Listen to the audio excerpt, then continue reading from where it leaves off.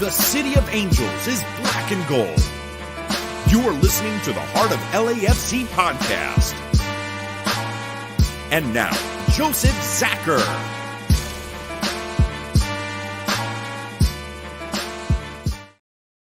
Greetings, Los Angeles. Welcome to episode 294 of the Heart of LAFC podcast. First, we're going to call it Reverse Uno. And I think our good boy here, Tony, knows how to explain that one a little bit better. I think we all know how to explain it. Go for it, Tony. You have the floor, sir. Explain your title, sir. So, reverse Uno. If anyone's ever played Uno, you reverse the card that someone's played on you. Well, as you all know, what happened in this game? Same scoreline, same outcome, but different winner in the same possible way. It could be a double reverse Uno, right? Because the game tomorrow could be the same story. Open Cup repetition, and we turn the tide. Guess we're going to be reverse Uno yet again. Good play, Tony. Well done, sir. So that is your title for today. Of course, a lot of news to cover, a lot of rumors to cover, a lot of movement. So definitely we got some things to get in there for. And, of course, a first win for LAFC2. Congratulations to the boys on that one. So, yeah, definitely got a lot to cover today. Araceli will be joining us in a little bit to give you a little bit of coverage on that, too. So, of course, we do have the full measure.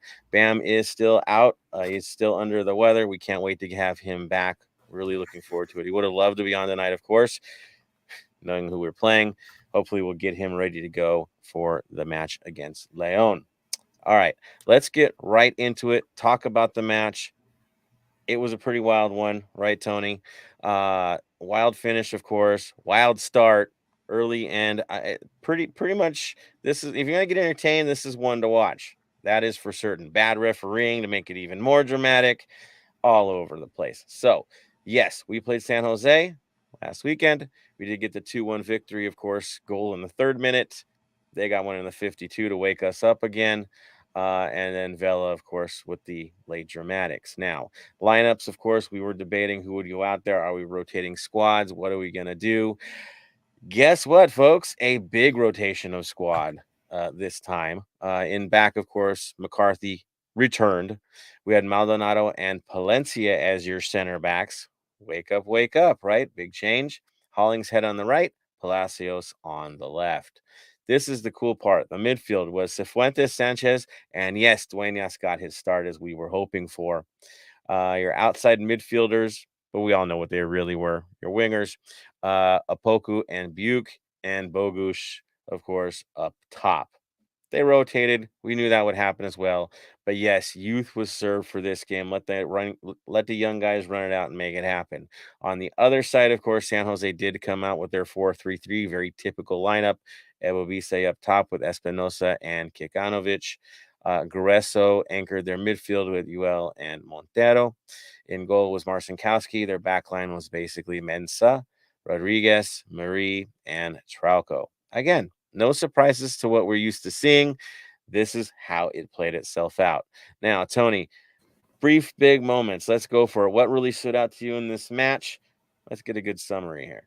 Let's go with the good first, and then we'll go with the bad. And, to be happy, of course, in the 3rd minute, right-sided goal by Buke. Finally, Buke gets on the scoreline, does something, finishes the final 3rd half of what he usually starts of everything, and he gets it with a right-footed shot on the left side of the box to the bottom right corner and assisted by Sifu. This was a very bipolar-esque kind of game from Sifu. This is one of his good parts. There's some bad parts for him moving forward, but that was pretty much it up until the until the 2nd half. We're in the 52nd minute. There's a goal by Miguel Trauco. I want to say in Spanish, but left side shot outside the box with that to the corner, which was a cross.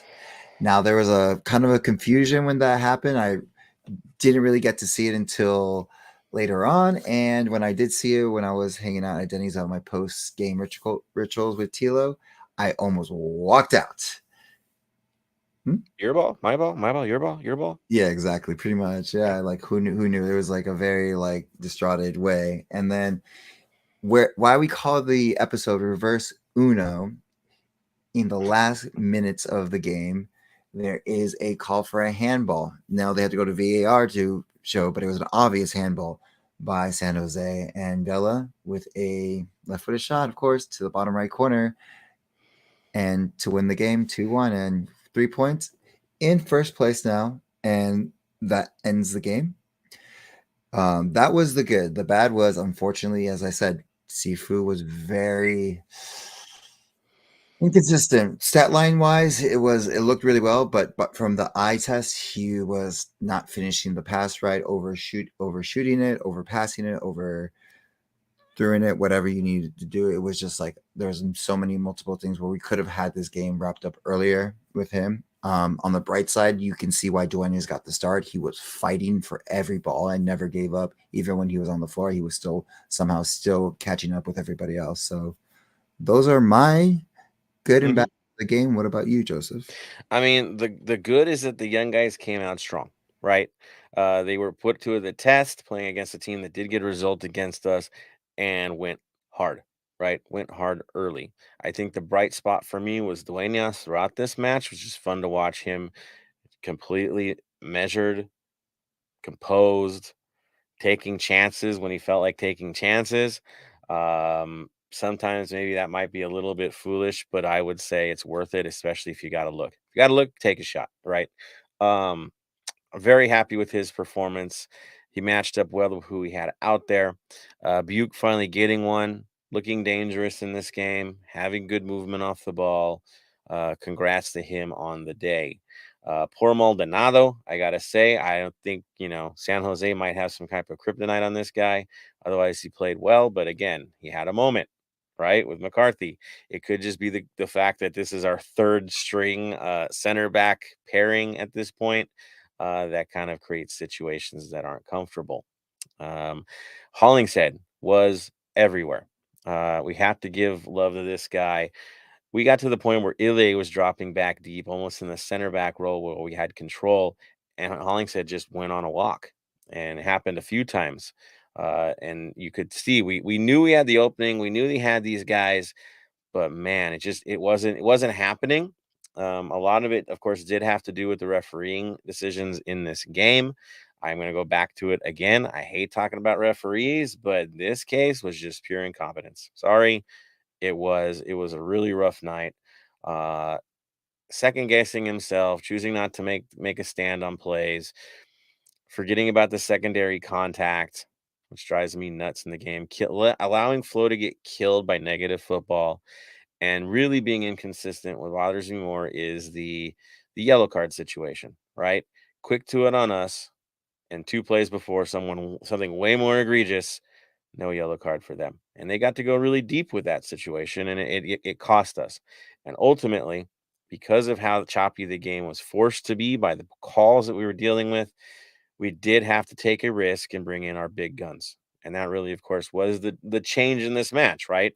You had to bring in the big boys, right? Tillman comes in, uh, Bouanga comes in, Vela comes in, and you saw what happened. And it was kind of one of those things where everyone wanted to see the situation where the young guys would carry this through and we didn't have to use them. But at the end of the day, we were forced to because of the situation. Now, was it the right decision to make? Hey, yeah, right. They didn't get hurt. Was it a risk? Definitely was, right? And it makes you wonder a little bit, right? Or are we taking a big risk? Tony, your thoughts on the match? Because that's where I was at. It was frustrating to see what our guys were going through, but relieved that it ended the way it did.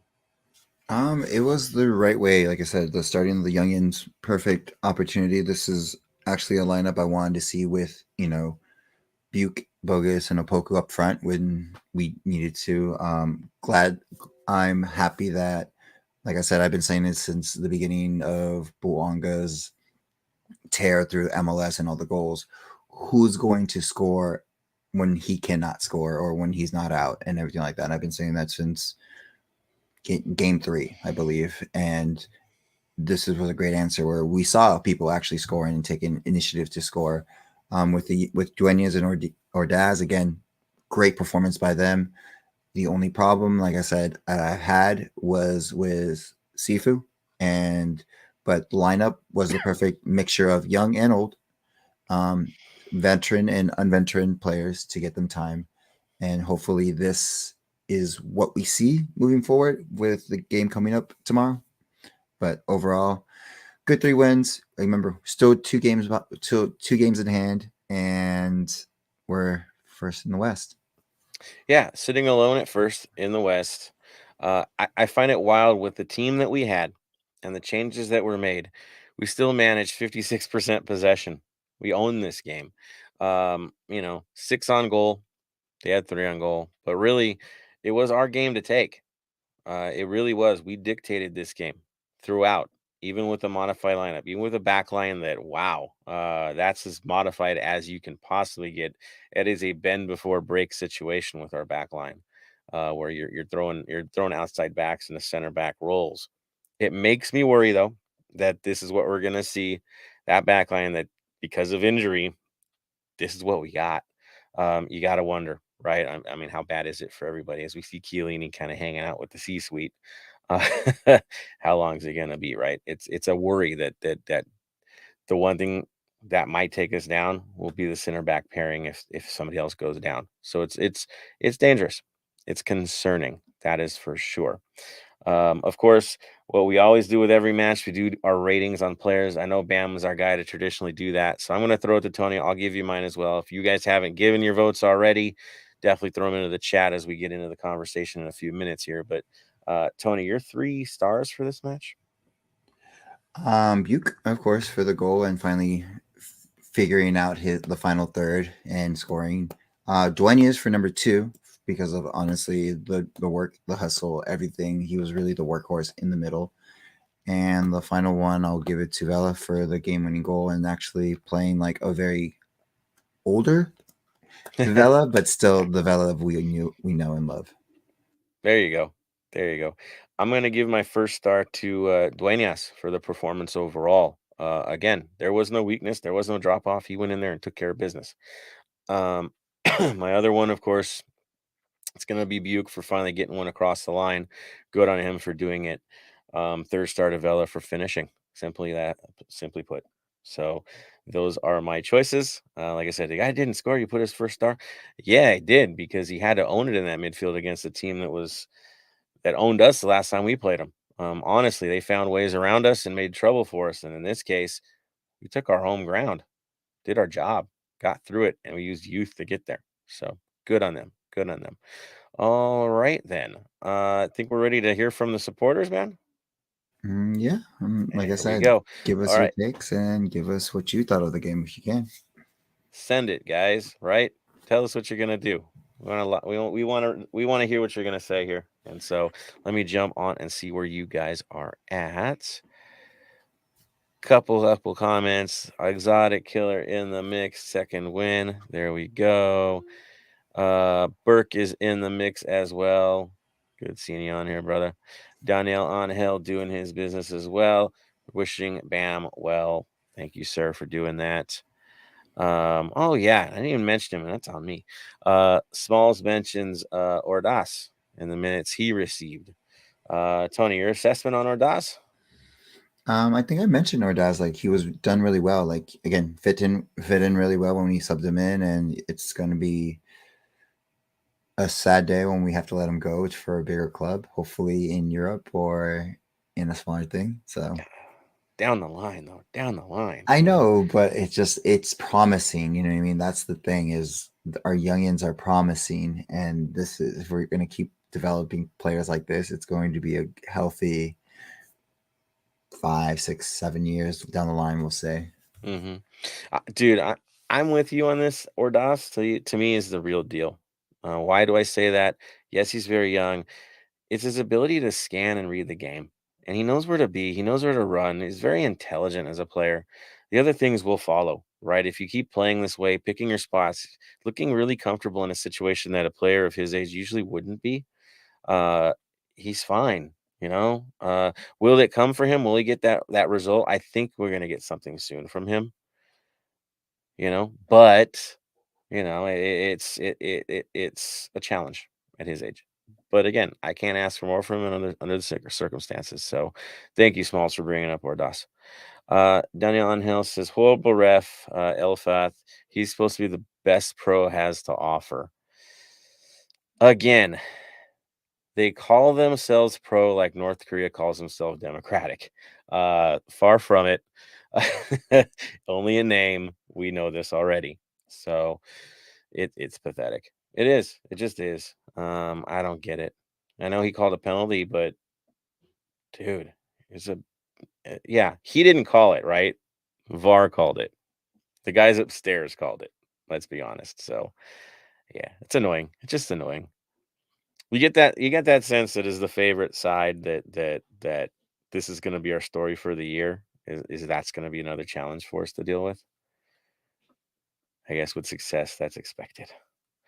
Marvin is in the mix. Good to see you on here. He in chat of the LAFC says, "Who's ready for tomorrow?" Tony, you ready for tomorrow? I'm been ready. I am excited. Again, I know it's the US Open Cup, and I know a lot of people are kind of pushing this away, but again, it's another cup to win. I want it all, and I want everyone to have a big club mentality and go for everything. Dude, right? No, Open Cup's Open Cup. Playing the enemy is always fun. Taking on Carson is always fun. This year feels like a giant speed bump we have to get over because it's just in the way of the trip we're going on. So it's like, great, we have to deal with these guys and then move on.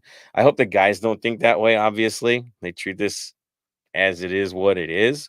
But yeah, when we got it on the schedule, it was just kind of one of those shake the heads, like you couldn't get somebody else for this thing. I'll deal with them down the line. But nope, deal with them now. So we'll make it happen. I know the North End will be ready. I know we'll be blacked out. You better black out. We got to give the energy. Whoever's on the field for us on the day, whether they're going full starters, whether they're going with a modified lineup to keep people healthy, right? It's black and gold. It's LA. We got to defend it. The outsiders are here. The outsiders are in the way. We got to deal with them. No matter what the record is, we know how this goes. Oh, Mark is on here. He says, not only are we dominating the league and 2 tournaments, but our supporters are giving 100%. When we did Seattle away while they were in the CCL, their stadium was dead. The bank stays rocking. It always does.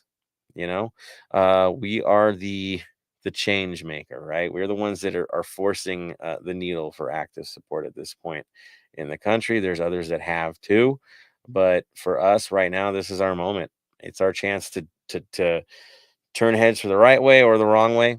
Basically, the spotlight's on us, and we're living up to it right now. That's for sure. Let's see what we do next.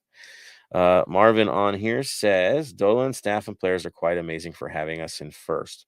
With games in hand and keep hitting in 2 other competitions, it's simply amazing. I mean, legitimately, they just said that OptaJack, I think I retweeted it today, that it's the most points ever by a defending champ for the amount of games played. Best performance in league history for a defending champion so far. Way more than we should be doing normally, right? We're again breaking the rules as we go, changing it, and forcing others to step up. Now, the funny thing is, we did get a supporter shield way back in the day. We did get some points records, and that was immediately eclipsed, right? I mean, the boys from Gillette found their way. So by us leading the way here, maybe others are going to follow too, and see where they stand. But now's our moment. We can't mess it up. We've gone too far. We got to keep it going.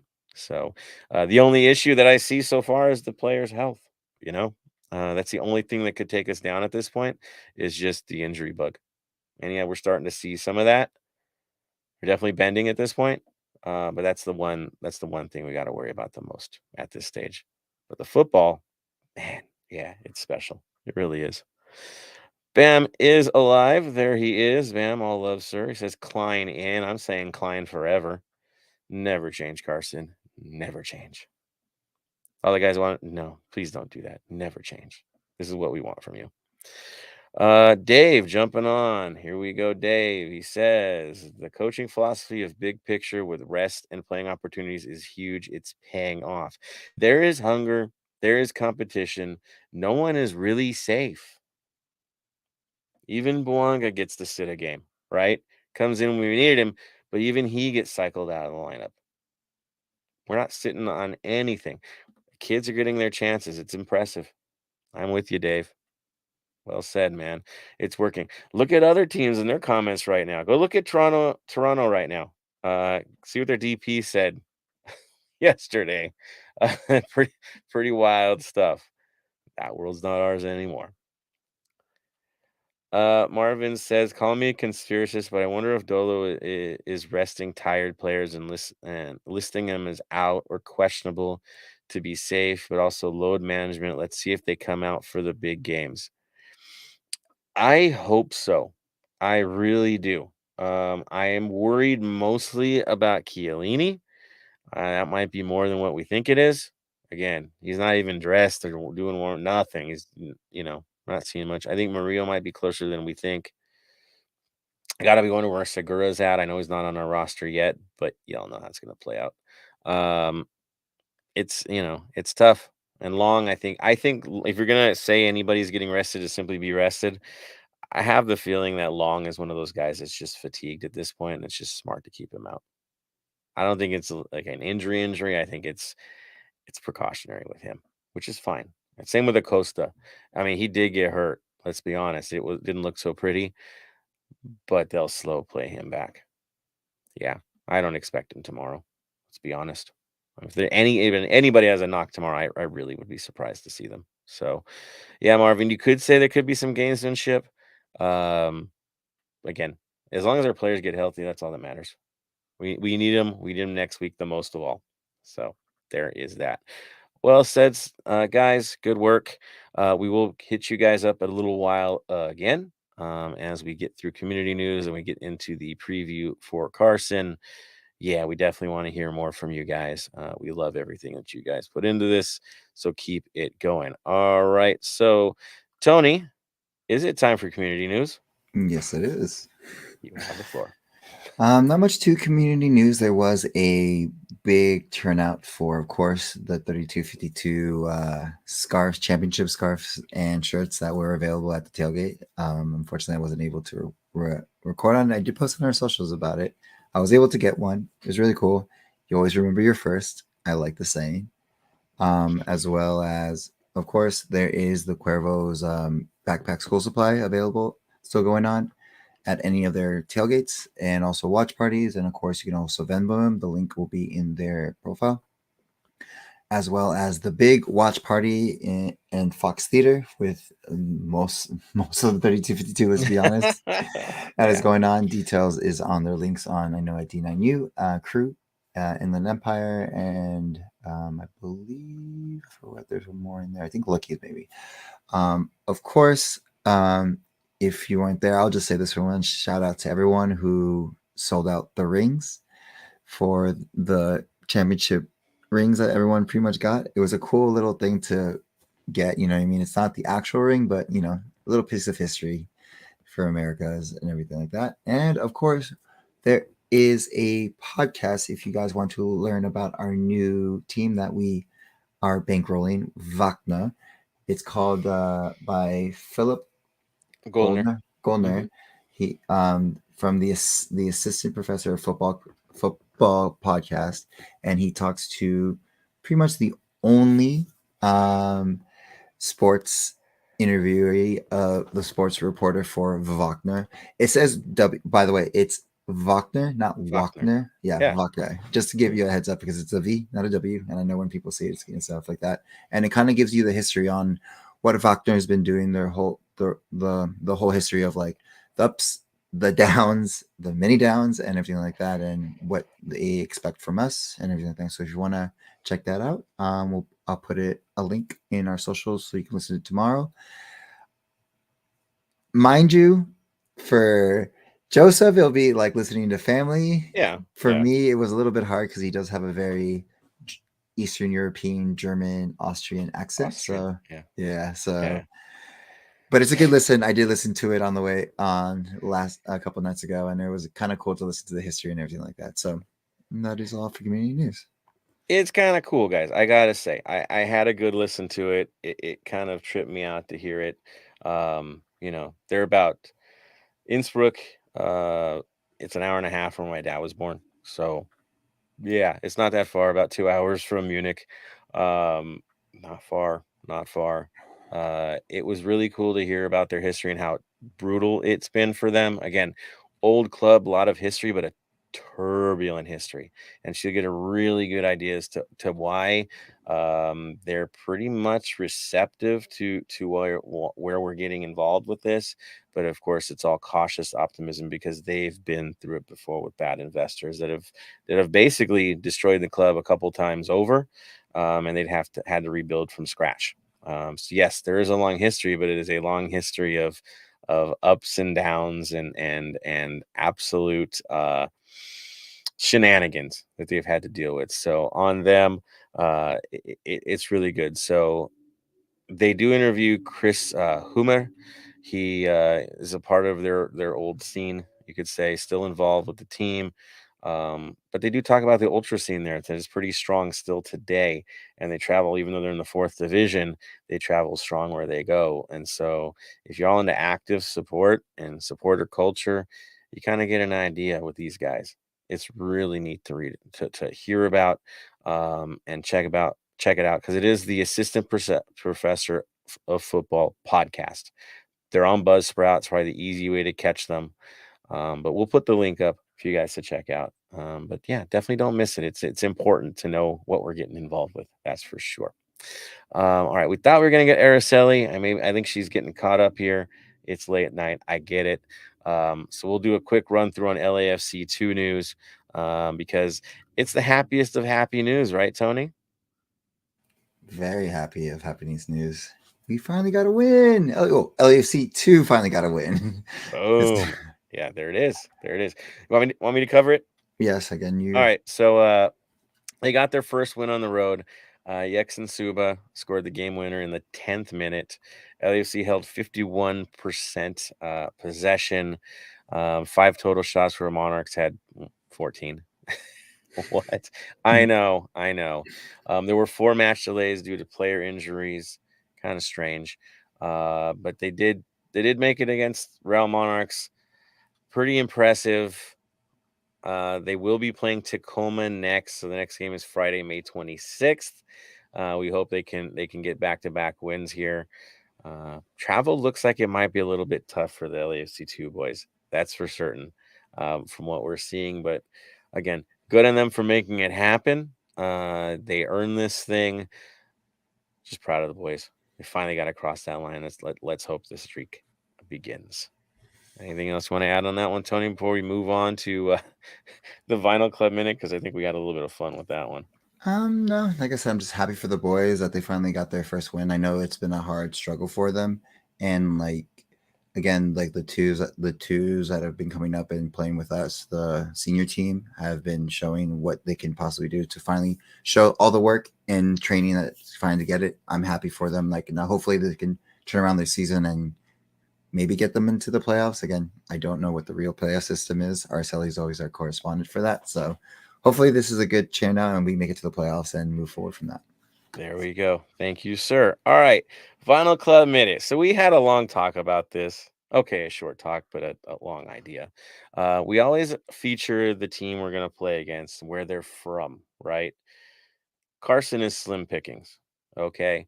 So we had a funny thought about this and said, you know what? Since they're so far from LA in terms of maybe not distance, but definitely culture and representation of Los Angeles, we're just going to stick with a foreign band or somebody from far, far away every time we play them because they don't really represent LA. So why would we feature LA in this conversation? So we decided the best first band for this tradition would be, of course, what is it, Tony? Foreigner. And Foreigner. Because they're not from here. There we go. So we're going to go with Foreigner. We're going to go with their self-titled album, which was their debut, Foreigner. Songs on that one, of course, Feels Like the First Time, Cold as Ice, which I hope we're cold as ice tomorrow, in finishing these fools off. But there's so many other ones. I think there's ones like Take Me to Your Leader, which I guess we'll dedicate that one to Chris Klein. But that's where we're going with it. Every time we play them, we'll play, we'll feature one of the fun bands from a far off land, going forward. So there it is, Black and Gold Vinyl Club Minute. complete. All right. Of course, that transitioned us to what we really want to talk about. I know why you're all here. That's right. The match against Carson, our Open Cup round of 16 match preview is upon us. All right. Definitely, I want to see some comments here. I want to see it out there. We want to hear what you guys have to say. What do you think we should do with this match? How should the club feature? Should we go A? Should we go B plus or B squad? Give it to us, that's for sure. But we'll tell you where we're at, where they're at, and how things are going. Of course, the game's going to kick off tomorrow night, the 23rd, 7:30 p.m. kickoff. Overall record, Tony, how have we fared against these guys? So again, it's 6 wins, 5 draws, 7 losses. It's been back and forth. Again, we finally beat them at home in a 3-2 win at Dignity Sports Park, I think, whatever it's called. Home Depot Center, StubHub, the many information of the names of that. And then, of course, we beat them again, 3-2 in BMO Stadium in the playoffs. And, of course, beat them again, 3-2 on the 7th, 8th. So there's a trend here with 3-2. Mind you, they are in last place in the Western Conference, last place in the MLS with the Wooden Spoon, and haven't really been doing the greatest. Lost to DC United 3-0 with the help of the Snake when he got sent in as a sub, and then 3 goals decided to magically appear for DC United and win. So maybe, the Snake is not as great as he thinks he is. Well, I mean, that's a sign of a very mid or borderline team is when that man plays, you're not much. Mm-hmm. It is what it is. I like how ESPN is now featuring them as the lowest ranked team on the power rankings. Maybe that's something to do with them, unfriending or unfollowing Herculez Gomez. God, that drama was funny today. Very exploding. But yeah, they're all over the place. I guess Adam the admin's on a tear, right? Really interesting, fun times there for the Galaxy. Of course, it's not like we're gloating at all about their struggles, right, Tony? Not at all, man. Not at all. Okay, Klein forever. But that is where they're at. Want to talk about standings? I think it's obvious, right, Tony? Yeah, like I mentioned before, last place. There's no up for them. They're imploding upon themselves. And remember, they can't get anything in the summer. So domestic they can. Domestic they can, but internationally, which they strive to do, they can't bring anybody in. So this is where it gets scary, people. I'm sorry to say, this is where it gets scary. This is the only cup they can play for. So, and again, and they for some reason decided to show up when it's against us and play their best football. Because the last time they played their best football was against us, and they used that to beat Austin with the strive of how they played against us. So, walking into this game is not an easy let's play this and we got an easy win. No, it's a rivalry game. We don't like each other, and I don't care about it because, yes, we do have to focus on Champions League, but we have a week off to heal any bones and stuff like that, and injuries will happen even in practice. So just saying the obvious. Yeah, I don't want to see that. I know it feels inevitable that rotation is still going to win the day. Just I don't want to see it against these guys, right? But head versus the heart. I'm always going to think from the heart. I'm a supporter. That's what I do. Like I said, I'll tell you what I want to see and then what I think we're going to see. We'll definitely get into that. I will add this. Their last defeat, if you watched it, which I don't know why I'm dumb enough to do that, but I did. They were in it till the end. And then their goalkeeper decided to have one of the funniest errors ever. Trying to handle the ball with his feet, trying to claim it's a foul. Basically, he lost the ball. They shuffled it in. Then they got a decent second, and then the third, he basically had a fat rebound. And that was that. I think the most entertaining thing to watch after each goal is the reaction of their defenders, which was very much a turn on themselves kind of mindset and keep their heads down. So rather than pick each other up or pick the other guy up, build them up like you see our guys do, it was very much putting their heads down like, man, F this. Straight up. You saw it, right? I mean, the faces, it's there. It's definitely there.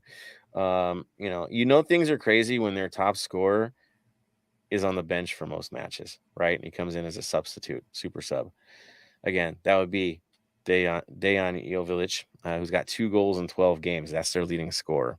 But he's also dangerous to us too. Because He always hurts us. He Yeah. does. That's the one guy that always shows up, right? He's also their top assist man with 2 assists for the season. 2 and 2, and you're the top dog with limited minutes. Again, dude, these guys have been trash. You could tell that something's going on. We know what's going on, right, with the fans and all that. I think there's more to it. There's way more to it. I'm surprised there hasn't been a blow up like we've seen with Toronto FC this week, right? Top dog player calling for change, basically calling for his coach's head. Yeah. We haven't seen that yet, but you can kind of get the feeling it's there. It's definitely there. Even Open Cup games, they've been doing cycled lineups too. So, yeah, they got lucky. Seattle played a B team. That's how they got through, guys. And it was a 3-1 win. So they are capable of winning if you put a modified lineup in. We do have to deal with that. Injuries and suspensions. This is where it gets tough for us and a little tough for them. Okay. Of course, Max is still out till early June. Kellen Acosta is listed as doubtful right now. Jesus Murillo is listed as out the last time we heard with a mid-June return. That's at least what FOTMob's throwing out there. Chiellini mid-June. Tony Leone early June. Those guys all defenders. Man, it's wild. The only guy that didn't show up on that list was Mr. Aaron Long. So maybe that's saying something. Okay. For them, of course, Sega Koulibaly, who gave us that amazing gift when we played them over there, he is listed as injured until early June. Douglas Costa still listed as injured, and Chris Mavinga. So they're having some center back concerns as well. And much, much more with the designated player sitting out. Not like they want him in the lineup anyway, but there's their story. Now, looking at that 3-0 defeat and what they were featuring, it's looking like they've shifted to more of a 4-4-2. We'll see what they do against us, but that's what it's been lately. Interesting development. The last match, we started with Puig and Hernandez. The match before that, it was Jovic and Puig. What? Yeah, that's what they did. Really, really interesting. The midfield center mid is going to be Delgado and Brugman. I don't see that changing. Boyd on the right, Rodriguez on the left. Center backs for Caceres and Neal. Caligari on the right, out on the left, and then Raheem came in and made a mess of things too for the left. So we don't know who the star is going to be on the left. I'm thinking it's Raheem because playing us, but that's where it's at. Logical subs, of course. Jovic always will find his way into the field. Daniel Aguirre might come in. Rosell will, of course, come in. I expect that to happen as the game continues, and Eric Zavaleta is always that option. So, really, for them, it's try what you can, because nothing is working right now. Their top dollar players are just not producing, and I think that's your bigger story. So they can point fingers, but when you pay guys big money, they got to do the job, and their big guys aren't doing the job.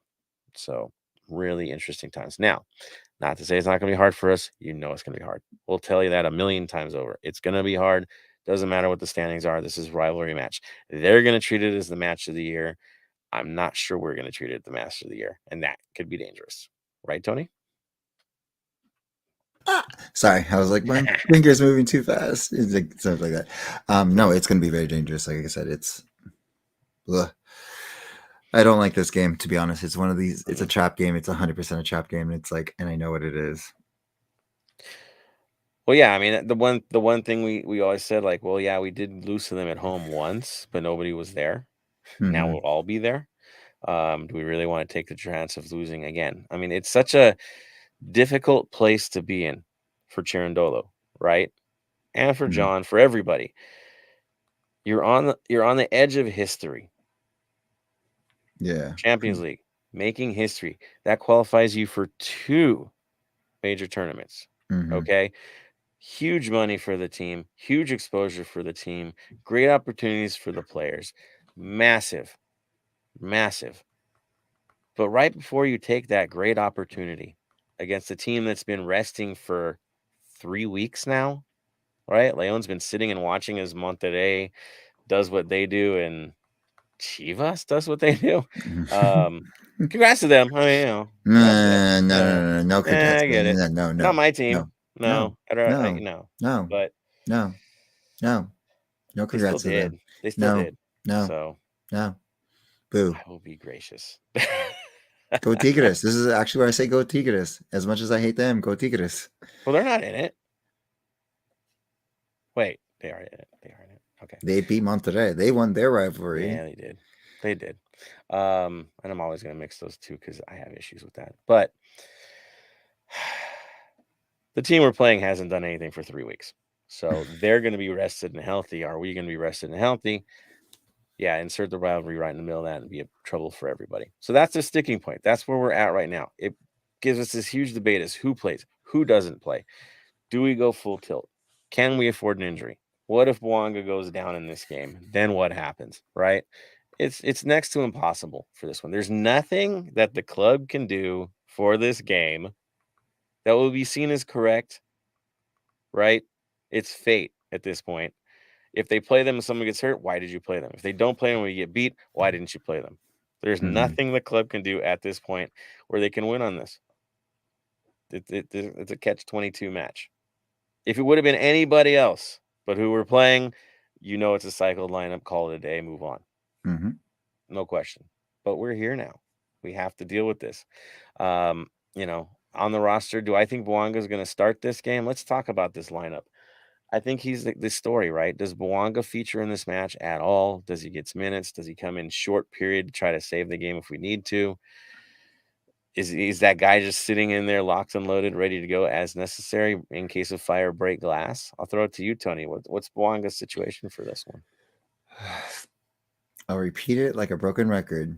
If I can play 3 days every game, I'm gonna go for it, and that's what he wants. And I think honestly, just run him. Maybe not start him, sub him in like we did last game to make sure he's healthy and in form, ready for Lyon. Like I said, we can use this match if we need to as a tune-up match because after this, we have the weekend off to rest, a full week before Lyon, and then we go from Lyon back to BMO in a turnover on Sunday. Yeah, but what are the chances? Again, we're talking about Bouanga's situation that the roster that we saw last weekend was your tester for this one. Maybe. Hey, they can play. They can beat San Jose. I would honestly, like, if they put that roster up again, I'd be okay with it. Maybe adjustments for probably Palacios and maybe Hollingshead, just because again they're no spring chickens. Let's be honest, like, you know what I mean. But just a little bit like tuning there. But if you're gonna use the roster that we just used, then that'd be perfect. Right, and this sounds terrible, but it's the calculated risk. Who can we afford to lose? Mm-hmm. Who can we not afford to lose? And then that's how the lineup cycles itself, right? So you have Ilie sitting in this. He played a long match last match, right? So now what? Honestly, well, I did see Acosta training again. Yeah. Perks well, of Murillo too, right? Yeah. Well, no, I didn't see him training this time around. No. I didn't see Murillo on the field. I saw Acosta training before the last game. So maybe Acosta is getting ready for this game, and that's a perfect run for him to, that would be nice. 19 minutes. But again, I don't know the full extent to his injury or like where he's at in his, recovery. So that could be a point. Honestly, Dueñas could slot in, bring back Bogus, and then put in Ordaz in his place or Buke. Yeah, I still think it's the kids up front for this one. Exactly what we saw in the last game. I think it's going to be that front line. That's when I think it's going to be, because you can bring those guys like we did last game, bring them in, take care of business. Midfield is going to be an interesting story. I do not be surprised if Sanchez doesn't start this game. Or if he does, it's no more than 60 minutes because that's our magic number, right? 60. It's always 60 minutes. Yeah. Could it be Acosta plays the 30? They switch out for each other, right? I think Dueñas starts again. I mean, what could happen is you could see a Duenas, Tillman, Acosta lineup for this. Tillman got rest. I think he plays because he got that rest. I think Duenas starts because, well, he could run forever, right? Yeah. And if he gets injured, pray to God he doesn't get injured, it's not the death of the lineup. But if a guy like Ilya gets injured, That's good. see, that's your thing. So, maybe it will be the Acosta, Tillman, Duenas combo. I like that one. I'll go hot take. Mm-hmm. And I know you guys can flame me even when you see me tomorrow. You can flame me. Sifu.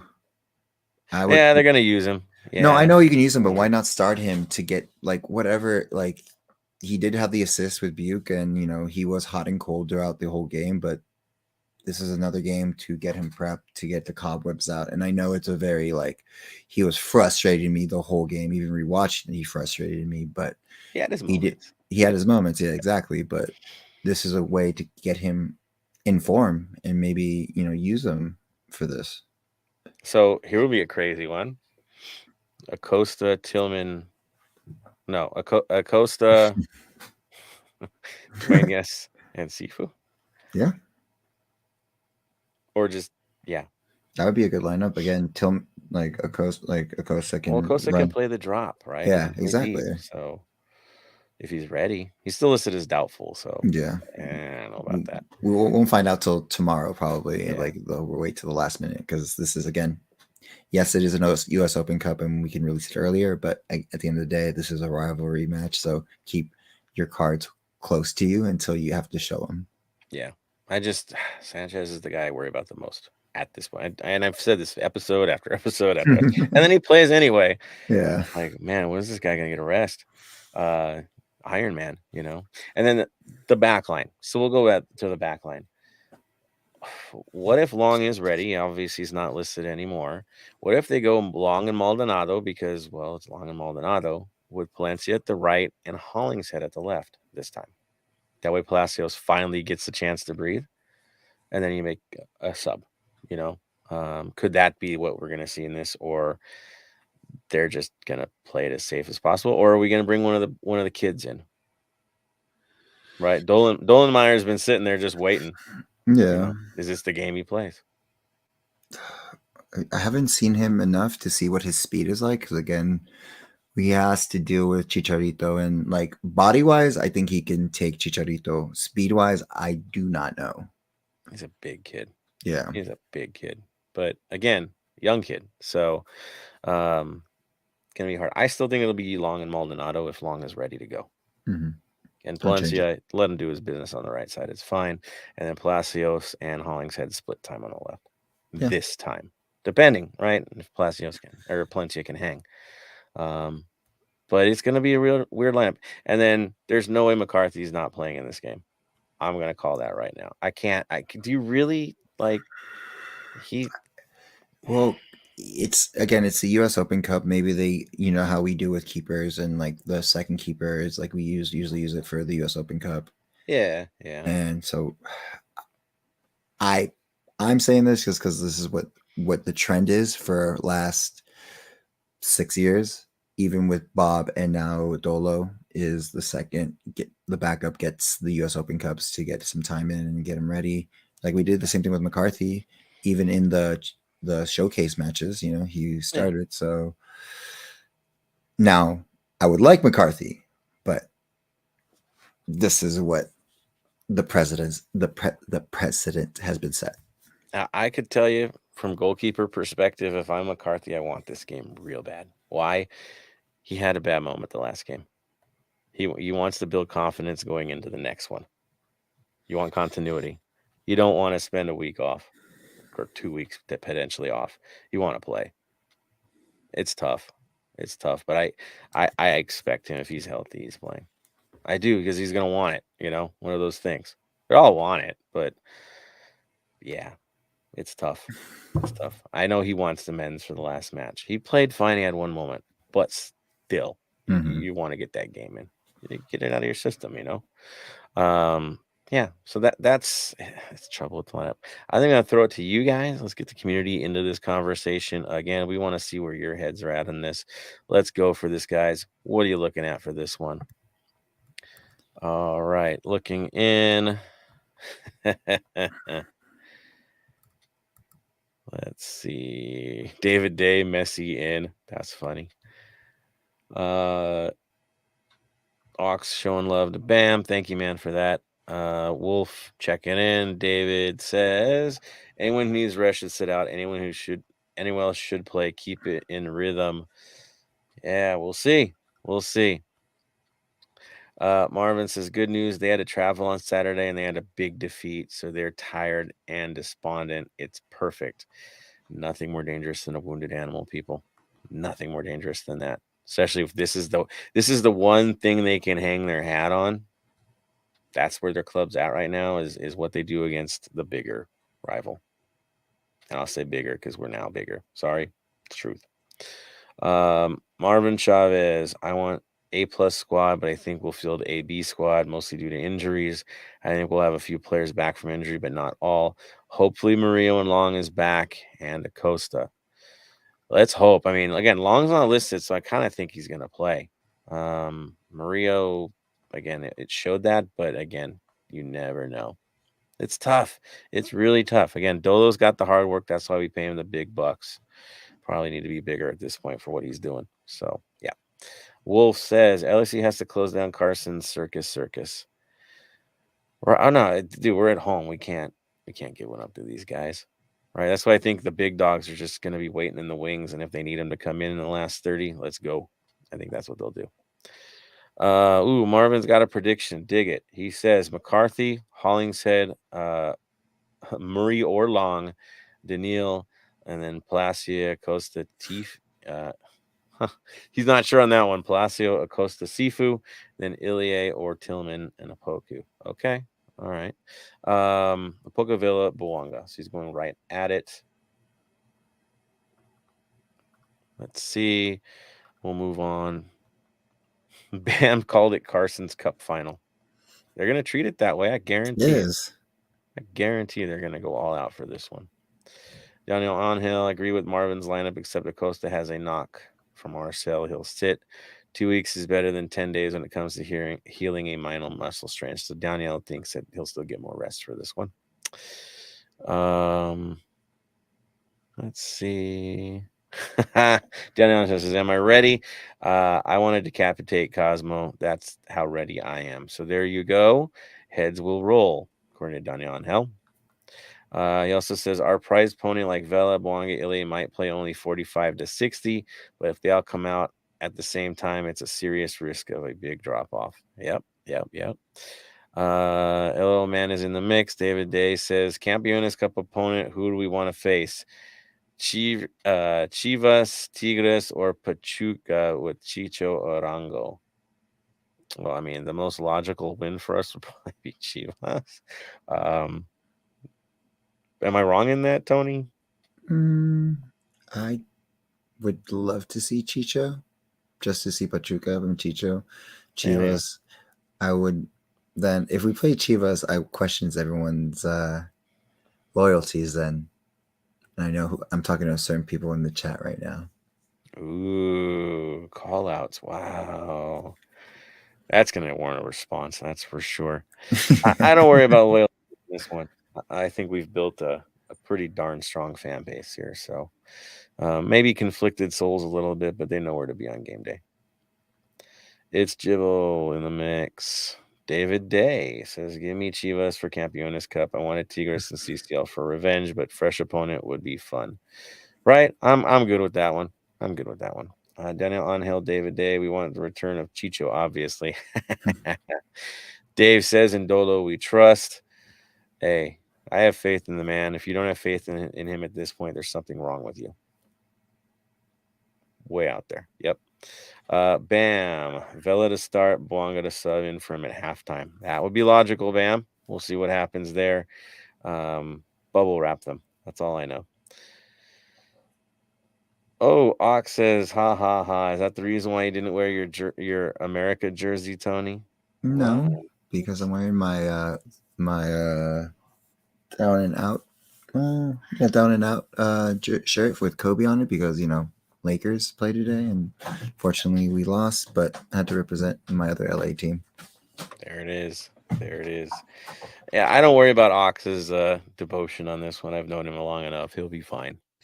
He'll be fine. I will say this: Ox needs a ticket to the game, guys. I'm just going to put that out there for the Champions League final. I don't think he's got one yet. If you can find one for the man, please do. So there's that. Mark Lopez says, if we win CCL, what big players might come on a TAM to play at Club World Cup? Di Maria players like make less money, come right into the big stage. If we win CCL, I'm not worried about the big names coming in. They're gonna fit what fits best. Again, how many of you guys knew who Bouanga was before we signed Bouanga? And now he's the star. Outside of it, we knew Vela, but did you really know who Denny Bouanga was before he became our Denny Bouanga? I mean, that's the thing that LAFC does is we find folks and make them stars. That's what we do. We find those guys that have that potential to fit the system, and then they shine. We've been lucky with this. Not perfect, but been lucky with it. Good work with John and the crew, but yeah, the only guy was Bale and Chiellini. Like, those guys broke the mold, but are we looking for that again this time? Maybe. There's been some rumors I heard already today that were fascinating rumors. So, I'm not going to throw names, but they were interesting to me. Let's see. David Day showing no love for Lakers. Very obviously why you see his avatar there with the Clippers jersey. I get you. Ox. He's just saying he's having fun with Tony. I know. So there you go. It's banter. I like banter. It's part of football. It's part of rivalries. That's it's a healthy banter is right. As long as you respect the other players, respect who they are and everything like that, I am fine. If you don't, then there's no place for you in the stadium, in support, or anything like that. I mean, that's the thing, man. It's football. Have the talk about the rivalry. Talk about the performance of the teams. Make fun of their crazy management that doesn't know what they're doing, right? Mm-hmm. That's awesome. But personal attacks is another ballgame, right? And I think that's always been the story, and that's when it's toxic. And again, Ox, we know you don't do that. We know Tony ain't gonna do that. We all have fun with it. It's healthy. This is healthy. It's good. It's good. Like David said with the Lakers, it's healthy. Yeah. Ox, not worried about tomorrow's match. I know it'll be a battle, but our guys can pull through and take the win. So there it is. Confidence is good. David Day, he's calling Chucky Lozano to LAFC. Would be interesting. Does he fit the system? I always put that. Yeah, does he fit the system? How does he fit pragmatically? Yes. We'll see. I'm sure another name's on the way. I just don't know. Again, we tend to find guys that we don't know yet that become stars. That too. And we have that DP spot for, a young DP. So even more fun with that. All right. Good stuff on you guys. There we go. Thank you for all the comments. You've done well again, guys. Again, don't hold back. Have fun with it. If you want to engage us on Twitter or Instagram and ask us questions on there, we encourage that as well. The more we hear from you, the better we will perform for you, right? As we look at what you guys want to talk about. Gives us a heads up if we hear from you more. So do not hesitate. Have fun with it. I know we do. Right, Tony? 100%.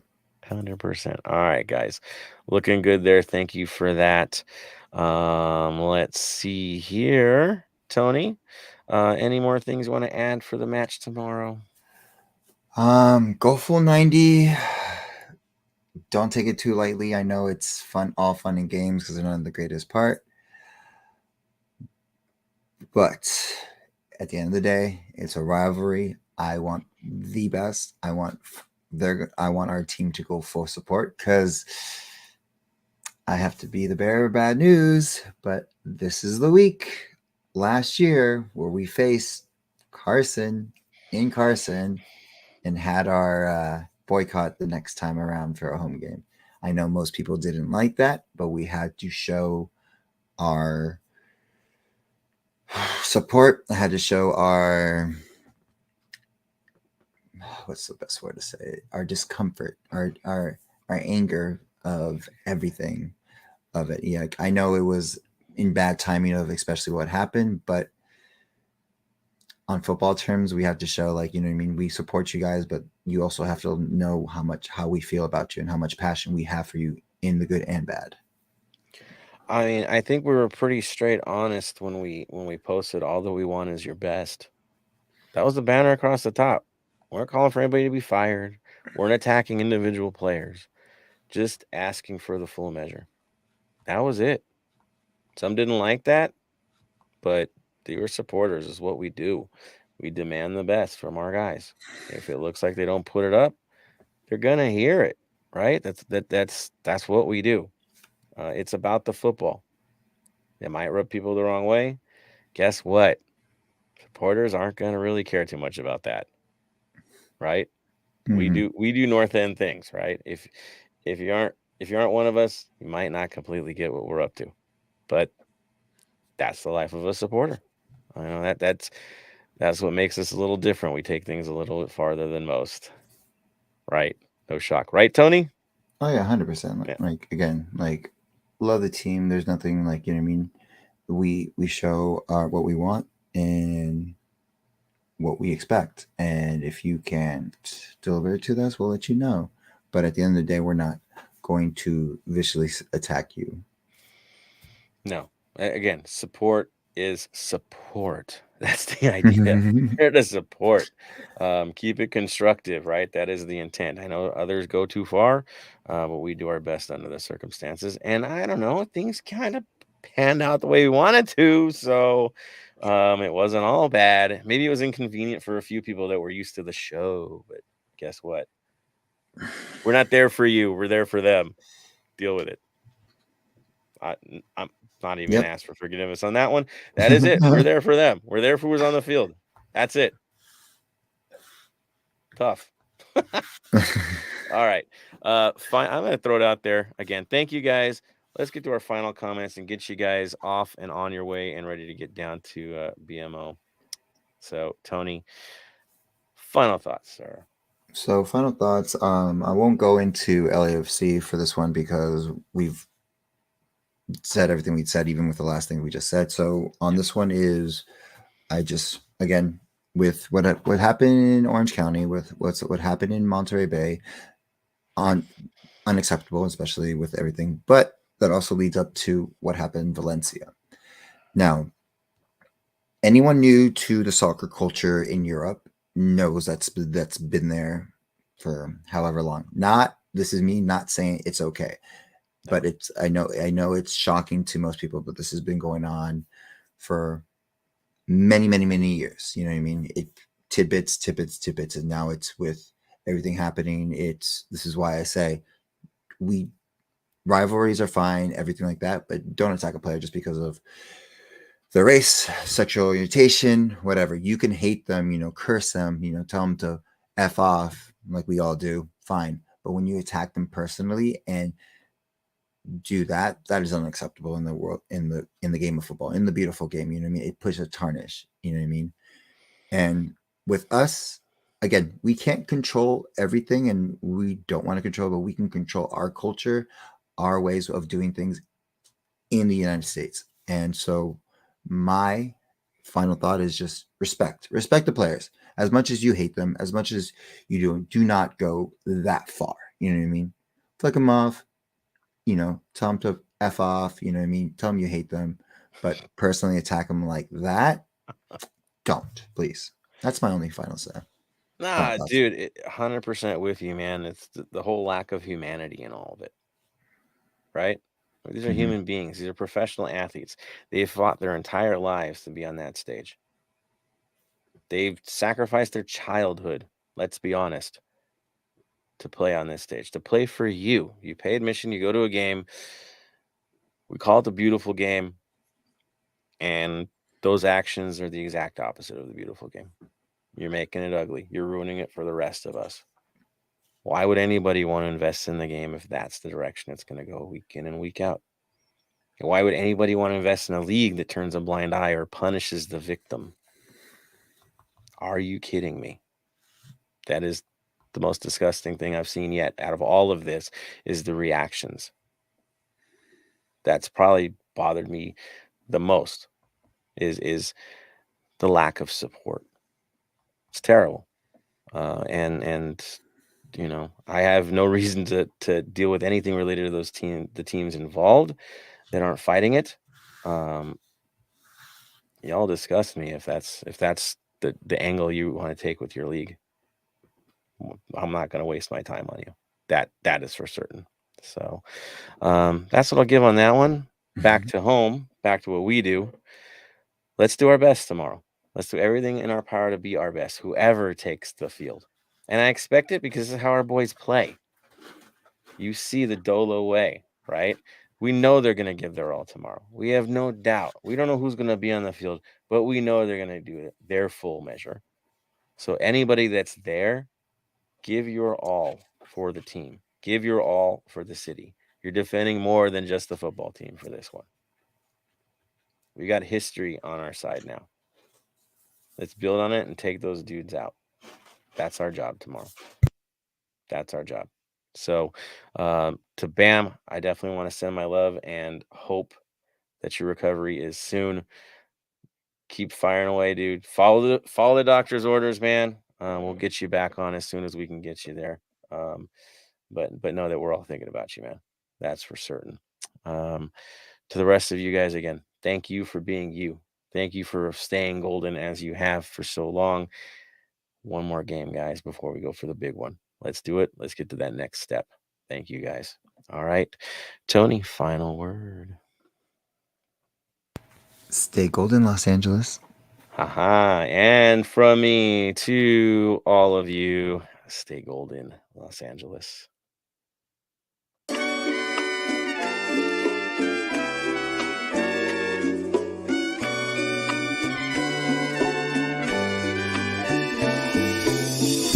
Thank you for listening to the Heart of LAFC. Make sure to leave us a rating and review on iTunes or Stitcher. Shoulder to shoulder, the black and gold is taking over.